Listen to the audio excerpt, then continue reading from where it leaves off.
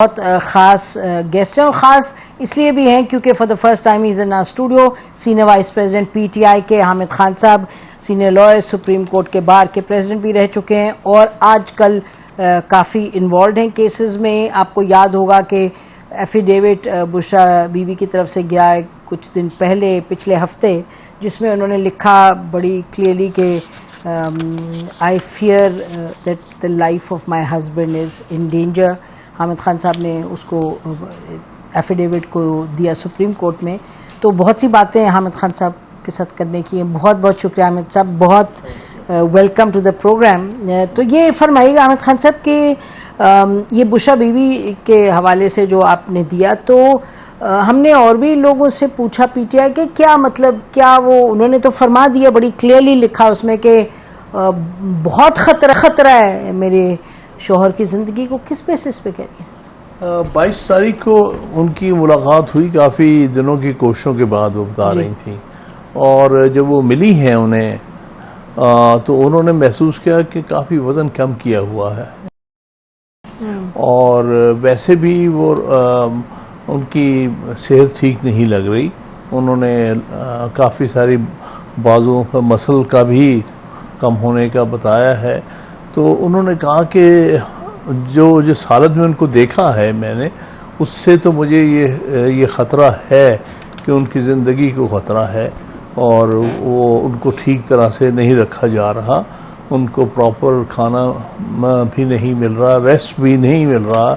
बल्कि वो बात मैंने लिखी क्योंकि शायद उनको मना कर दिया हो खान साहब ने कि वहाँ पर एक लाइट बल्ब जलाए रखते हैं हर वक्त तो उससे वो रेस्ट तो कर नहीं सकते, डिस्टर्ब रहते हैं। सोने के लिए भी काफ़ी स्पेस नहीं है और ये चीज़ें उन्होंने मुझे बताई थी, जो मैंने समझा कि मुनासिब नहीं है कि क्या हम छोटी छोटी बातें लिखें। ओवरऑल जो उन्होंने अपने ख़तरात का इजहार किया था शाबीबी कि इनकी ज़िंदगी को मुझे ख़तरा लगा, जिस तरह से उन्होंने वेट लॉस हुआ है और जिस तरह से वो मसल लॉस हुआ है, दोनों चीज़ें। जी खान साहब, जब अगर आप कहते हैं कि जब उन्होंने ये फरमाया कि जी मैं ज़िंदगी को ख़तरा है, तो पढ़ने वाला, देखने वाला कहते हैं अच्छा क्या मतलब इसका, कोई his life is in danger क्योंकि कोई कुछ कर रहा है या उनकी सेहत का, तो this needs a bit of elaboration. देखिए ना, एक तो बात यह है कि घर से खाना नहीं मिलता, ठीक है, खाना नहीं होने की वजह से ये भी वजह है। अब पता नहीं खाना कैसा मिलता है, किस तरह से मिलता है, क्योंकि बहुत अरसे से ये ख़तरात का इजहार हो रहा है कि उनको स्लो पॉइजनिंग की जा सकती है, उनको और भी। तो इसलिए उनका, मैडम का ख्याल ये था कि खाना जब तक उनको हम घर से ना प्रोवाइड कर सकें, एक रीज़न उन्होंने दरख्वास्त भी दी हुई है मुख्तलिफ अदालतों में, जिसमें उन्होंने कहा है कि वहाँ से अटक जेल से इनको यहाँ रावलपिंडी में शिफ्ट किया जाए ताकि यहाँ उनको खाना घर से भेजा जा सके अगर वो उन तक पहुँचा दें।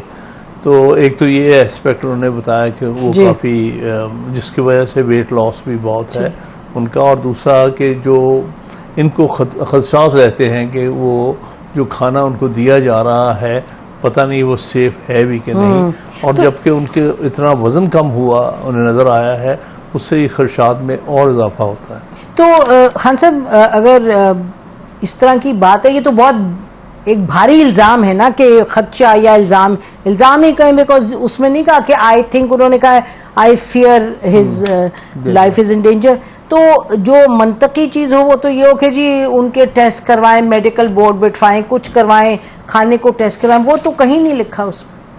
नहीं, देखे ना, ये मकसद तो इस एफिडेविट का, क्योंकि एक पेंडिंग केस है ऑलरेडी इमरान खान साहब की तरफ से जो मैंने फाइल किया हुआ, जिसमें बहुत सारे मामला, उसमें मिलिट्री कोर्ट का भी मामला लेके आए हैं। जी हाँ। उसमें 9 मई के जो वाक़यात हैं उनमें भी जुडिशल इंक्वायरी, ये अर्ली अगस्त का। जी हाँ जी, ये 25 मई का फाइल, अच्छा, मई के बाद भी वो फाइल हुआ वो पिटीशन पेंडिंग है। वो आमतौर पे उन पिटीशंस के साथ सुनी जा रही है जो कि मिलिट्री कोर्ट्स के खिलाफ फाइल की है, जवाद ख्वाजा साहब ने की है, इज़ाज़ हसन साहब ने की है, उनके साथ ये ग्रुप। लेकिन अभी तक इस केस को उन्होंने नंबर नहीं लगाया, हालांकि सबसे पहली पिटीशन है मई वाला। तो उसमें कई सारी ये चीज़ें किसने लगानी है जी? नंबर तो सुप्रीम कोर्ट ने लगाना, रजिस्ट्रार ने लगाना, तो क्यों नहीं लग रहा? ये समझ में नहीं आ रहा। बल्कि बारहा मैं कह चुका हूँ अदालत में कि इसको उसके साथ सुना जाए, और ये सबसे पहले पिटीशन है, ये पिटीशन तो उससे काफ़ी बाद में आई हैं मिलिट्री कोर्ट्स की, ये सबको इकट्ठे सुना जाए, हमारी पिटीशन भी सुनी जाए, लेकिन कोई रिलक्टेंस अभी तक नजर आ रहा है। लोग तो कह रहे हैं चीफ जस्टिस साहब के लाडले और आप कह रहे हैं वो रिलक्टेंस है, नहीं, आपने तो सुना है। इसके बरक्स हम तो समझते हैं कि जो दबाव उनके ऊपर डाला गया है उससे बहुत सारे मामला जो हैं मुश्किल में हैं और केसेस नहीं उनके लग रहे। ये केस आपके सामने बहुत अहमियत का हामिल है। इसमें हमने ये भी कहा है कि ख़वातीन बहुत सारी जो जिनका ताल्लुक़ पार्टी से है या नहीं है, उनको बड़े अरसे से जो है डिटेंशन में रखा हुआ है, कोई जवाज़ नहीं है उनकी डिटेंशन का, उसका कोई फैसला नहीं हो रहा। इसी तरह पार्टी हज़ारों पार्टी वर्कर्स जो है इस वक्त डिटेंशन में है कई महीनों से। तो हमने ये कहा था कि ये केस सुप्रीम कोर्ट के लिए मुनासिब इसलिए है कि ख़वातीन को भी मुख्तलिफ अज़ला में रखा हुआ है और मुख्तलिफ सूबों में रखा हुआ है, बिलखसूस लाहौर में, इस्लामाबाद में, पेशावर में। और ये ख़वातीन को पेशावर में, इसकी देखिए मुस्तनद बात जो है कि ख़वातीन कितनी और कहाँ रखा है, वो किधर है जी? कौन किसके पास है मुस्तनद खबर? देखिए ये एक बहुत सारी बातें छुपाई गई है। अब मसला ये है अभी तक एक तो पता नहीं चल रहा कि ये रखी कहाँ, किन की कस्टडी में रखा हुआ है। तो और ख़वातीन के हवाले से कोई आप कह रहे हैं मुस्तनद आपके पास बात नहीं है? कोई पता नहीं कितनी तादाद है। हमने अंदाज़न दिया है जब ये केस फाइल किया था कि कितने लोगों का, उसका एक टेबल बना के जो हमारी जो कि तहरीक इंसाफ की इंफॉर्मेशन के मुताबिक उस टेबल में कितनी ख़वातीन थी? काफ़ी सारी थी, इस वक्त ऑफ हैंड भी याद नहीं, लेकिन 20 थी, 25 थी, से ज़्यादा है। अच्छा। से ज़्यादा है। और ये भी कोई हतमी तादाद नहीं थी, क्योंकि उससे जो कुछ पता चल सका, क्योंकि ये 25 मई को ये फाइल हुआ है, तो इसलिए 9 मई से मामला से ज़्यादा देर बाद की बात नहीं है। और आम तौर पे जो पार्टी सर्कल्स में मुझे पता चल रहा है कि वो सैकड़ों की तादाद में ख़वातीन। देखिए ये हामिद खान साहब, ये तो चीज़ें बड़ी सीरियस हैं और पार्टी का आपका बावजूद इसके कि जितने भी प्रेशर में लॉयर्स का एक बाकायदा आपकी टीम है बड़ी, तो क्या ये बेहतर ना होता कि अगर आप लोगों से इंफॉर्मेशन जमा करना, यानी कि किसी की ख़वातीन अगर नहीं है और गायब हैं तो वो तो इतनी कोई छुपी हुई बात नहीं रह सकती। कोई पार्टी ने तरीक़ाकार नहीं बनाया कि जी पता करें, लोगों से पूछें कि कितने हैं? कोई सिस्टम तो सर होना चाहिए ना। देखिए ये एक बहुत बड़ी डिफ़िकल्टी इसलिए है कि जितने भी पार्टी के बेशतर तो उनमें से इन डिटेंशन है, जितने भी इम्पोर्टेंट ऑफिस बेयर्स थे, कुछ तो थे वो छोड़ के भाग गए हैं। एक तो तादाद वो उनकी तो पता है जिन्होंने पार्टियां बना ली हैं, दूसरी पार्टियों में शामिल हो गए हैं, ये जिनसे इन्होंने कस्में ले ली हैं कि भाई हम तो पार्टी छोड़ रहे हैं, जो प्रेस कॉन्फ्रेंस की ड्राई क्लीनिंग मशीन के थ्रू चले गए। अब रह गए वो लोग जो पार्टी के साथ है।